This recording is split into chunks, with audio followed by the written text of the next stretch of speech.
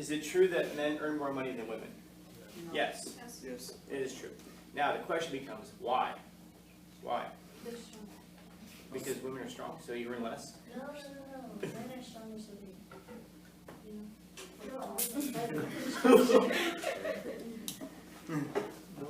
She didn't say every man. She said men. She didn't say every man. She said men are stronger. And by that you mean physically, right? Because you're flexing your arm. Okay. Okay. So what does that mean? That men go in there and just like grab more money and run out? Although we do that more often than women too, with regards to robberies. No, they work like in construction and like heavy duty things. Okay. You're kind of right about that. Yeah. You're kind of right about that. When you look at the top, for example, with regards to college, the top majors that earn money. Of the top 5 majors, including like surgeon, one of them was like petrochemical engineers, 4 of the top 5 are dominated by men. So when you look at the bottom 5, of the bottom 5 majors, 4 of the 5 are dominated by women. The only one actually in the bottom 5 that's dominated by men is clergy, priests, pastors, things like that. So when you look at the bottom income, it's like stuff like child development. Those are people who do stuff like kindergarten and all that. Now when you take somebody who earns money, sorry, this fan is the way he'll do it by duct tape. What you hear is the fan hitting the duct tape, blazing the duct tape. When you take a look at women and men who work in the same field, the wage difference is the difference there is about 1 to 2%.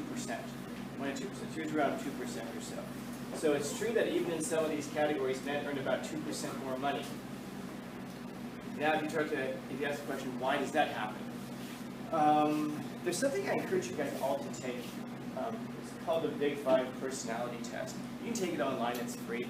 I recommend taking it every 5 months, perhaps every 6 months or so. Essentially, it measures your personality. If you answer it honestly, it measures your personality in 5 different dimensions. One of the dimensions there is, like, for example, conscientiousness, which I've mentioned. Next to your IQ is the #1 predictor of your success in life. It's your conscientiousness. Whatever IQ you're born with, that's your #1 predictor of success, which you can't influence. The #2 predictor of your success is going to be conscientiousness, which is your attention to detail. So, for example, there are those people who do stuff like get there on time, every time, no matter what. That's attention to detail. It isn't that, who cares? People who, for example, a silly one, but one that seems like a silly one, but this is pretty rare now, but sometimes I get essays from students that will just make 1 paragraph, rather than being actually delineated out into paragraphs. How do you know when to delineate paragraphs? Well, when you change the subject. How do you know when you change the subject? Well, you should know when you're writing, I'm talking about one thing here, I'm talking about another thing here. That's attention to detail. A more practical way of looking at it is look at your backpack, look at your room. The things that you have immediate control over. Do you keep them tidy and clean, or do you not? Or organized? And that doesn't mean necessarily that it has to be like a perfect order, but is there an order to it? This is conscientiousness. And so that's something that you can actually fix. That's something that you can actually improve upon. If you find out that you're low in conscientiousness, now what you have to do is you have to take like radical control of all the details of your life. And even if it seems like this isn't going to matter, you don't know what matters. But what you're developing is not your ability necessarily to make sure the cap is completely closed on top of the milk. It isn't that skill set. It's the skill set of realizing that the details matter on things. On that, also on the big things. The problem is we oftentimes we get cut and go, this doesn't matter, this doesn't matter. Once you say this doesn't matter, it's easy to say nothing matters. And then if you say this matters, it's easy to say everything matters. You don't want to get caught up on, again, cap on the milk or whatever, but understand that it's a character trait. It's a character trait. It's a character type. It follows you throughout life. People who are conscientious tend to be conscientious. And before you sit there and say, no, I don't, look at the research. Don't tell me what you think it might be. Look at what the research tells us. When you're looking, for example, at the Big 5 test, that thing's got almost 100 years of research behind it. So it's worth looking at. So one of the things it measures, for example, is your conscientiousness. Are you ready? And another one that it measures is your agreeableness. And agreeableness is a really important one. Your agreeableness means do you go along or do you not go along? So, for example, men tend to score very low. Tend to score much lower on agreeableness than women do. So, agreeableness looks like this. Disagreeableness looks like this. You go and you ask your boss for a raise, and the boss says, "There's no money for raises. Sorry, can't help you this time." But maybe next time, maybe 6 months from now, when things maybe when the economy is looking better, we'll be able to revisit the idea of raises. A disagreeable personality type is one that says, "Okay, thank you for your time," and then goes and sits at their desk and then starts looking for a new job. And says, "Fuck this guy. I'm gonna find someone who's gonna pay me what I'm worth." An agreeable personality type is the one that says, "Okay, well, I'll talk to you again in 6 months. Maybe we can schedule a meeting. I look forward to that." Okay, then they go back to their desk and they go to work. That's agreeable. The disagreeable person will now start to look for a new job. They'll find a job that pays them more money, and so therefore they're going to earn more money. A disagreeable personality is also the one that says, "Oh, you won't give me a raise? Well, then I'm out in 2 weeks." And then the boss says, "Well, hold on now. And all of a sudden we can find money for raises. So when you account for agreeableness and disagreeableness, men and women actually don't just earn the same amount of money. Disagreeable women earn more money than men do. So say that again. You see that there's a difference, for example, in one area, men earn still about 2% more because men tend to score lower on agreeableness. We're more disagreeable. We're more likely to walk away if we don't get a raise. However, if a woman scores lower on agreeableness, in other words, she's more disagreeable, she'll actually earn more money than the men in that same field. So the thing that tends to be important there is whether or not you're willing to walk to go find something, to go find a better opportunity. So I encourage you to take it. Again, it's called the Big 5 Personality Test. Take them for free. I think it's through Psychometrics, and they're anonymous. You can do them. You can actually, again, copy and paste your results and then track yourself every 6 months and see kind of where you slide on this. And so my point though is that now when you look at all of these things combined, and then you ask that question, how can they tend to earn more money or less money? It's because of the choices that we make with regards to what fields we go into. When you look at this in a country like Sweden, for example, which has gone out of its way in the past 20 years to try to get rid of all of this stuff, and they said we try to have more opportunities. So what's happened in Sweden is that those gaps between which fields men go into and which fields women go into have gotten even wider. In other words, the more they've tried to eliminate this, women tend to follow these majors even more than they used to, and men tend to follow these majors even more than they used to. So the point is that the more that we try to force these kinds of things, I don't want to say the worse we make it, but it's not really the worse. The opposite we actually go in these directions, you can say. Okay? Now, again, the important thing there is to look at the overall numbers, because we'll hear this kind of stuff all the time. So the reason that this stuff is important, because if you're a woman and you want to earn more money, then what that means is then you know which majors you go into to earn more money, if earning money is the thing you want to do. And now you know that once you're in those fields, how can you earn even more? By being disagreeable, by being willing to walk away, by being willing to find new opportunities, by willing to move to a new city if necessary. All of these things that men are more likely to do than women. Now, we could say that, or we could just say, that's offensive. You're saying there's a difference. Then we have to deal with, then it's just, well, then there are no differences. But that's just a lie, though. Then you can't, if you're trying to fix, assuming that anything even needs to be fixed, which is far from clear that anything even needs to be fixed with it. But because, again, this is a matter of choice. Otherwise, like what you're doing, you're forcing people to go into these fields so that you can get this thing that we say is equality. But if equality was such a wonderful thing already, maybe we wouldn't have to force people into it. In other words, if the majority of people are, especially the vast majority of people, are really in favor of this thing, then it seems to suggest that we wouldn't have to force people into it. Any of you guys have to be forced to eat pizza? Why not? It's just tasty as shit, right? Anybody had to be forced to eat broccoli when you were a kid? You get the idea, though. Okay. We really, you guys all just lined up for broccoli, huh? You guys are all fired up about broccoli? Yeah. Any of you guys have to be forced to eat the pizza crust? No, just tasty as it is, right? Heathen. So you know I had pizza last night, and I ate the crust. And I thought about it the entire time. I'm like, this is a good crust. It's missing out.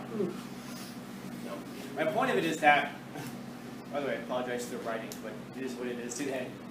The point of it is that unless we deal with things, unless we call things by their proper names, we really can't deal with things. We should call things by their proper names because it makes matters so much simpler. Now we can be honest about what we're pursuing.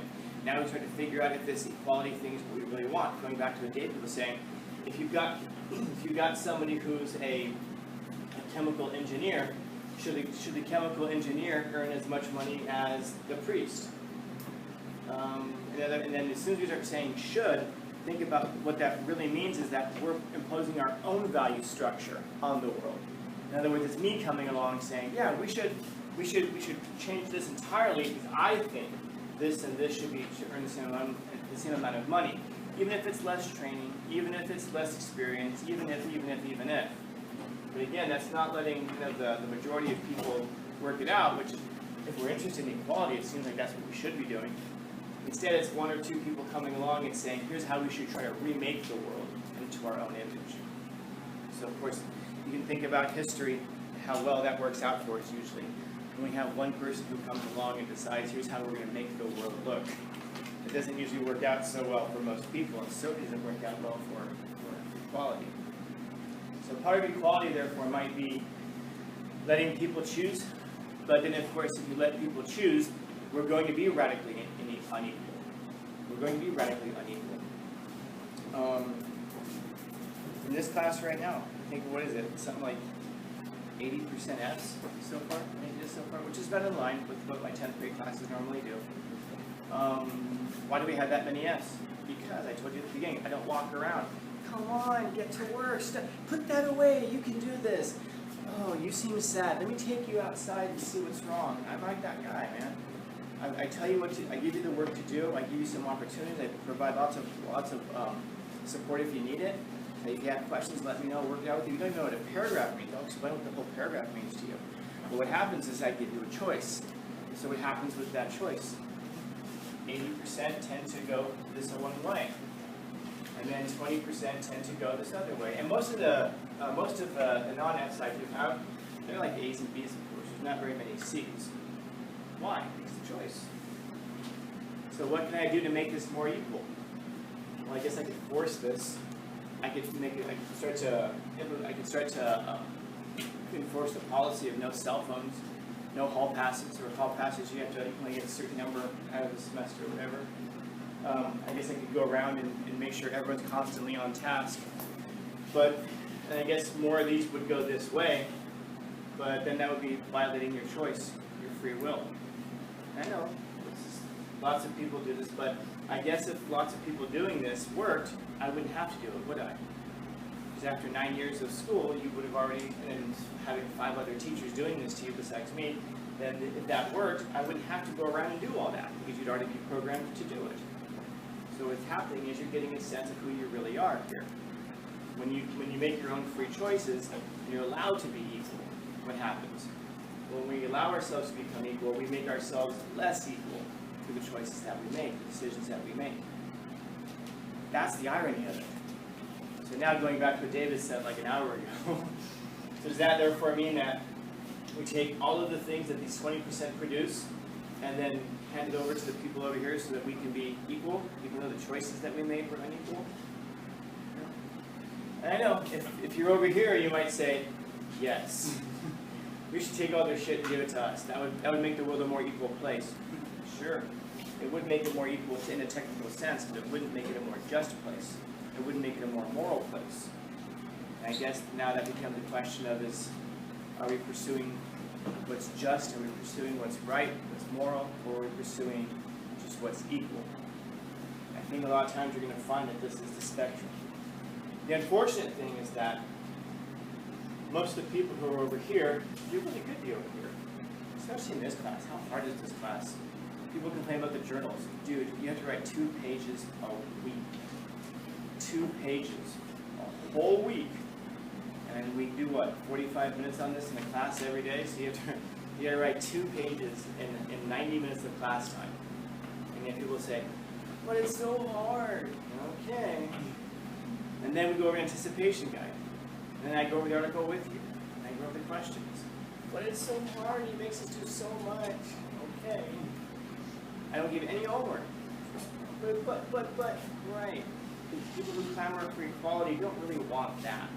They want equality of outcomes, not the equality of opportunities, which is the buzzword. You can't have equality of outcome, he's saying here, without forcing people into certain ways. So I guess that becomes the question. Which would you rather have? Would you rather have equality, or would you rather have freedom? Would you rather have equality, or would you rather have opportunity? Would you rather have equality?